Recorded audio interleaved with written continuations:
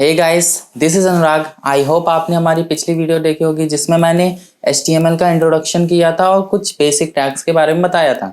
आज के इस वीडियो में हम HTML के कुछ बेसिक टैग्स के बारे में देखेंगे जिससे हम लोग अपनी वेबसाइट में इमेज, टेक्स्ट, वीडियो, ऑडियो ऐसी चीज़ें इंसर्ट कर सकते हैं। तो चलिए अपने नोटपैड पे आ जाते हैं। जैसे कि आप लोग देख रहे हैं, हम लोग उसी डॉक्यूमेंट में आ गए जिस डॉक्यूमेंट में हमने पहले अपनी वेबसाइट का एक स्ट्रक्चर रेडी किया था और हमने उसमें H1 टैग देखा था जिससे हम लोग अपनी वेबसाइट में हेडिंग्स बना सकते हैं। तो सबसे पहले चलिए इसी से शुरू करते हैं। हेडिंग टैग बेसिकली हम लोग वेबसाइट में 6 तरह के हेडिंग टैग्स का यूज कर सकते हैं जो कि होते हैं H1 से लेके H6 तक। तो मैं इनको बना देता हूं एक बार।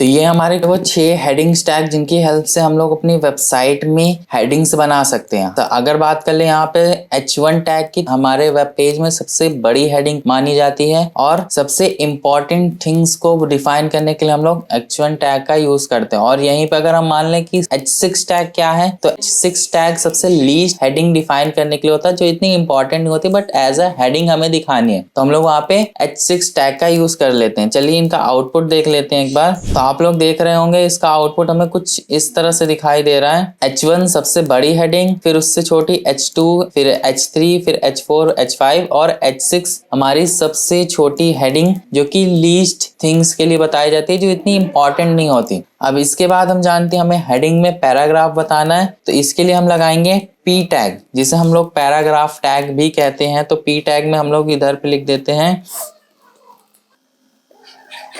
This is the important.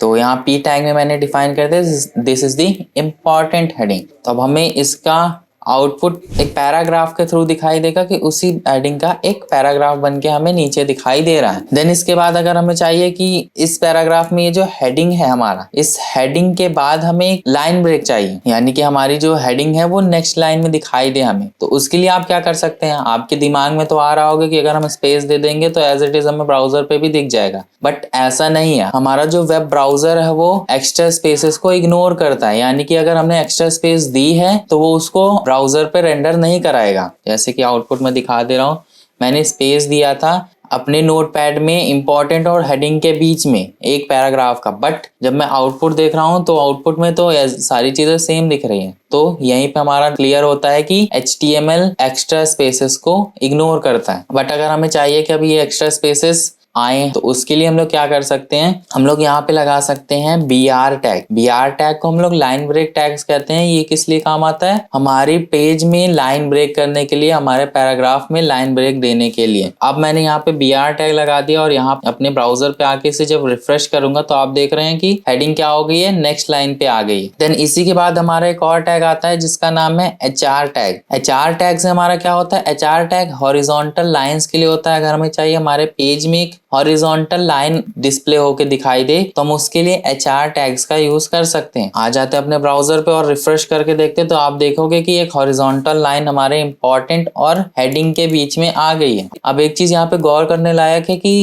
मैंने अपनी स्टार्टिंग के वीडियो में बताया था कि हमारे जितने भी टैग्स होते हैं सबका एक क्लोजिंग टैग होता है, बट यहाँ पे तो ना मैंने BR टैग का क्लोजिंग दिया और ना ही HR टैग का। ऐसा क्यों, कुछ एलिमेंट्स भी होते हैं जिनमें सिर्फ स्टार्टिंग टैग्स ही होता है, कंटेंट होता है, बट इसका कोई क्लोजिंग टैग नहीं होता। तो ऐसे एलिमेंट्स को हम लोग एम्प्टी एलिमेंट्स कहते हैं। जैसे कि एग्जांपल में हम ले रहे हैं यहाँ पे BR टैग और HR टैग। अब इसके बाद आगे बढ़ते हैं और आते हैं अपने प्री टैग में। अब मान लीजिए हमें अपने वेब पेज पे एक अच्छा सा नोट लिखना है, उसकी फॉन्ट भी अच्छी सी हो और उसमें स्पेसिंग भी हम जैसा चाहे वैसा दें। तो पहली चीज तो अगर हम चाहें तो P टैग से कर सकते हैं। हमने P टैग लगाया और नोट लिख दिया, देन उसके बाद BR टैग लगा के उसमें स्पेसिंग भी दे दी। बट अब हमारा यहाँ पे हम अगर P टैग को देखें तो वो हमारे टेक्स्ट को एक नॉर्मल फॉन्ट में डिस्प्ले करा रहा है। अगर हमें चाहिए कि हमारा जो नोट है वो हमें अच्छे फॉन्ट फैमिली में भी दिखाई दे और उसमें लाइन ब्रेक्स भी हो,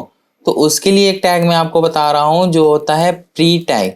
ये टैग प्री डिफाइंड टेक्स्ट के लिए है। इसमें फॉन्ट फैमिली पहले से ही डिफाइंड रहती है, जिसे हम लोग कोरियर फॉन्ट कहते हैं। और इसमें हमें लाइन ब्रेक के लिए BR टैग लगाने की जरूरत नहीं है। हम प्री टैग में जैसे जैसे स्पेसिंग देते जाएंगे वैसे वैसे हमारे ब्राउजर पे भी वो स्पेसिंग हमें दिखती जाएगी। चलिए कुछ इसमें लिख के देखते हैं।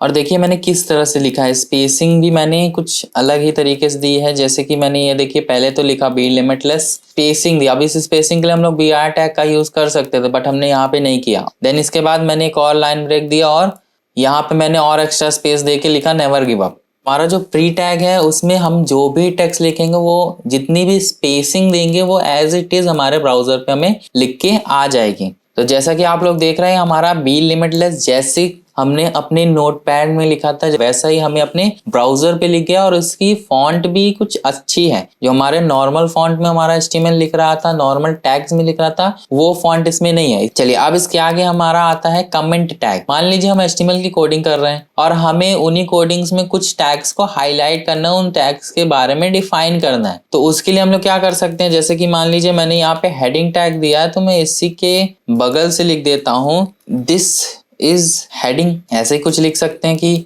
हमारे डिफाइन हो रहा है दिस इज हेडिंग टैग, हमने यहाँ पे डिफाइन कर दिया। बट अगर मैंने इस तरह से अपने HTML डॉक्यूमेंट में लिखा है तो ये चीज वेब ब्राउजर पे भी दिखाई देगी कुछ इस तरह से, दिस इज हेडिंग टैग। अब हमें चाहिए कि ये चीज सिर्फ हमारे HTML डॉक्यूमेंट में ही दिखाई दे, ब्राउजर पे ना दिखाई दे। तो उसके लिए हम लोग क्या कर सकते हैं, हम लोग यूज कर सकते हैं कमेंट टैग। कमेंट टैग लगाने के लिए हम लोग को लगाना पड़ेगा angular bracket exclamation mark double dash. ये हमारा कमेंट टैग का ओपनिंग टैग होता है। इसको लगाने से हमारा कमेंट टैग ओपन होता है। इसके बाद आप लोग ने देखा होगा जैसे ही मैंने यहाँ पे डबल डैश लगाया है उसके बाद उसके आगे की सारी चीजें ग्रीन हो गई, यानी कि वो चीजें कमेंट में चली गई हैं। तो हमें यहाँ पे वो पोर्शन देखना है कि जितने पोर्शन में हमारा कमेंट लगना है। तो मेरा चाहिए था कि दिस इज हेडिंग ये कमेंट में जाए, तो मैं यहाँ पे क्लिक करूंगा, क्लोजिंग टैग लगा दूंगा जिससे मेरा कमेंट टैग यहीं पे क्लोज हो जाएगा। तो क्लोजिंग टैग लगाने के लिए हम लोग लिखेंगे डबल डैश और एंगुलर ब्रैकेट क्लोज। इतना करने से हमारा this is heading tag comment के अंदर चला गया। अब ये चीज हमें सिर्फ हमारे HTML डॉक्यूमेंट में दिखाई देगी, ना कि हमारे ब्राउजर पे। हमने अपने पेज में हेडिंग्स बना ली, पैराग्राफ्स बना लिया और कुछ नोट्स भी लिख लिया। अब इसके बाद आता है हमारा इमेजेस।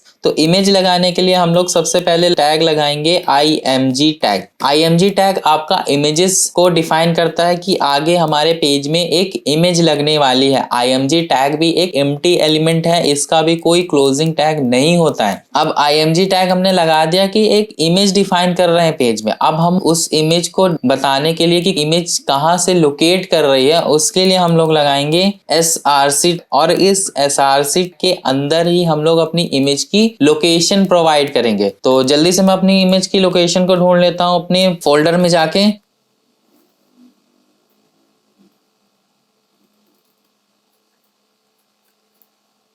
तो फिलहाल मैंने उस इमेज की प्रॉपर्टी को खोल लिया है जिस इमेज को मुझे अपने पेज पे इंसर्ट कराना था। तो सबसे पहले तो हम लोग इमेज की लोकेशन को कॉपी करेंगे जो कि यहाँ पे लिखी हुई है। तो इसको मैं कॉपी करके डायरेक्ट अपने SRC में आ रहा हूँ और यहाँ पे इसको पेस्ट कर देना है। देन इसके बाद हम अपनी इमेज का नाम लिखेंगे। तो उस नाम को लिखने से पहले सबसे पहले तो हम स्लैश लगाएंगे। अब इसके बाद मैं इस इमेज का नाम कॉपी कर लेता हूँ और यहाँ पे मैंने पेस्ट कर दिया। देन इसके बाद हम उस इमेज की एक्सटेंशन बताएंगे कि उस इमेज की एक्सटेंशन क्या है। बेसिकली इमेज बहुत से एक्सटेंशन में आती है जैसे कि PNG, JPG, WebP, ये सारी हमारे इमेज की एक्सटेंशन होती है। तो फिलहाल हम जो इमेज लगा रहे हैं अपने वेब ब्राउजर पे उसकी एक्सटेंशन है .jpg। तो यहाँ पे मैं .jpg लिख देता हूँ। इतना करने के बाद आप अपने वेब पेज पे एक इमेज को भी देख सकते हैं। तो चलिए पेज को सेव कर देते हैं और चलते हैं अपने वेब ब्राउजर पे। अब जैसे कि मैं वेब ब्राउजर पे आ गया हूँ और अपने पेज को रिफ्रेश कर रहा हूँ तो आप लोग देख रहे होंगे कि हमारे वेब पेज पे एक पिक्चर आ गई है। अब इसके बाद अब मान लीजिए कि आपकी इमेज बहुत ज्यादा बड़ी है और आपको उसका साइज छोटा करना है, बस छोटी सी इमेज देनी है। तो उसके लिए क्या करेंगे, तो आप अपनी इमेज में हाइट एंड विड्थ का यूज कर सकते हैं इमेज टैग के अंदर ही। अब कैसे करना है, तो एक पेज दे रहा हूं मैं यहाँ पे और लिखूंगा यहाँ पे हाइट इक्वल, मैं यहाँ पे 100 पिक्सल्स दे रहा हूँ अपनी इमेज की साइज को और इसके बाद दे रहा हूं मैं विड्थ। इसको भी मैं 100 पिक्सल्स कर देता हूँ। देन सेव करके अपने ब्राउजर पे आ रहा हूँ और रिफ्रेश करूंगा तो आप देख रहे होंगे मेरी इमेज का साइज पहले से छोटा हो गया है। क्यों? क्योंकि अब मैंने यहाँ पे अपनी इमेज की हाइट और विड्थ दे दी है। पहले क्या था, हमारी इमेज एक ओरिजिनल साइज में अपने थी। अब इसके बाद हमारे आज की वीडियो का लास्ट टैग पढ़ते हैं, जो कि है हमारा एंकर टैग या फिर ए टैग भी हम लोग इसे कहते हैं। तो ये हमारा एंकर टैग क्या काम करता है, किसी भी टेक्स्ट को हाइपर लिंक बनाने का काम करता है। आपने ब्राउजर्स में बहुत सारी लिंक्स देखी होगी, बहुत से टेक्स्ट देखे होंगे जिसमें आप क्लिक करते ही कहीं और पहुंच जा रहे हैं। तो ये सारी चीजें हम लोग एंकर टैग के थ्रू करते हैं, जहां पे हम कोई भी टेक्स्ट लिख देते हैं। जैसे कि मैंने यहाँ पे ए टैग लगाया है और यहाँ मैं लिख दे रहा हूँ क्लिक मी, लिख देता हूँ यहाँ पे। अब यहाँ पे मैंने जब क्लिक मी लिखा है, अब इसके बाद हम अपने वेब ब्राउजर पे आ रहे हैं तो देख रहे हैं कि एक वर्ड लिख के आ रहा है क्लिक मी, बट अभी इसका कोई वर्क नहीं हो रहा है क्योंकि हमने इसमें उस लिंक की कोई लोकेशन नहीं दी है कि हम जो एंकर टैग है जहां पे हम क्लिक करेंगे, उस क्लिक के बाद हम लोग कहां पे पहुंच रहे हैं वो तो हमने अभी डिफाइन ही नहीं किया है कि कहां हमें जाना है। तो उसके लिए हम एक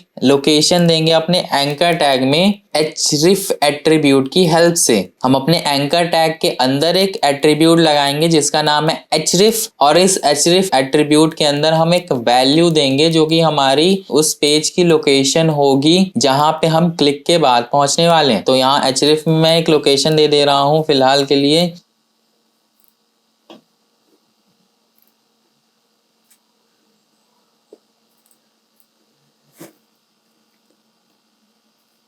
तो चलिए इसकी लोकेशन भी हम सेम जैसे हमने पहले कॉपी की थी वैसे ही हम लोग कर लेते हैं कॉपी। तो जैसा कि आप लोग देख रहे हैं कि मैंने अपने href में एक पेज की लोकेशन दे दी है जो कि मेरे एक पिछले HTML डॉक्यूमेंट की लोकेशन थी। अब इसके लोकेशन मैंने कैसे प्रोवाइड की है, जैसे अभी हमने देखा था कि अपनी इमेज टैग में कैसे लोकेशन प्रोवाइड करते हैं। तो जो सबसे पहले हमारे पेज की लोकेशन, देन उसके बाद बैकवर्ड स्लैश उस डॉक्यूमेंट का नाम और उस डॉक्यूमेंट की एक्सटेंशन। कुछ इस तरह से मैंने यहाँ पे उस लिंक को लिख दिया है। हम किसी भी HTML डॉक्यूमेंट में इमेज या फिर डॉक्यूमेंट की लोकेशन देने के लिए दो तरह से लिंक्स दे सकते हैं, पहला है एब्सोल्यूट लिंक और दूसरा है रिलेटिव लिंक। तो इनके बारे में फिलहाल हम अगले वीडियो में पढ़ेंगे। तो चलिए मैंने यहाँ जैसे कि मैंने अपनी लोकेशन यहाँ पे लिख ली है, तो इसको अपने वेब पेज पे चला के देखते हैं। और जब मैं यहाँ पे आता हूँ तो देखिए मेरी एक लिंक बन चुकी है। मेरी जो क्लिक मी है कुछ ब्लू कलर से मुझे दिखाई दे रहा है, और जब मैं इस पर अपना कर्सर ले जा रहा हूँ तो देखिए मुझे एक लिंक दिखा रहा है जिस पेज की लोकेशन मैंने यहाँ पे दी थी। अब यहाँ पे हम जब क्लिक करेंगे तो ये मुझे मेरे उस पर्टिकुलर पेज पे ले जाके छोड़ दे रहा है। तो इसी तरह से हम लोग अपनी एक हाइपर लिंक बना सकते हैं। सो आई होप आज की वीडियो में जितनी भी चीजें मैंने बताई है, जितने भी टैग्स के बारे में मैंने बताया है, सारी चीजें आपको क्लियर होंगी। आगे की वीडियोस में हम और एडवांस टैग्स के बारे में पढ़ेंगे। इस वीडियो से रिलेटेड सारी नोट्स मैंने डिस्क्रिप्शन बॉक्स में दे दी है। मिलते हैं नेक्स्ट वीडियो में, तब तक के लिए बाय बाय। कोई भी सपना साकार करने के लिए सबसे जरूरी है सही कोच का होना। चुनिए बघेल इंस्टीट्यूट को और करें अपने skill oriented CS and IT courses का सपना साकार। Download the app now.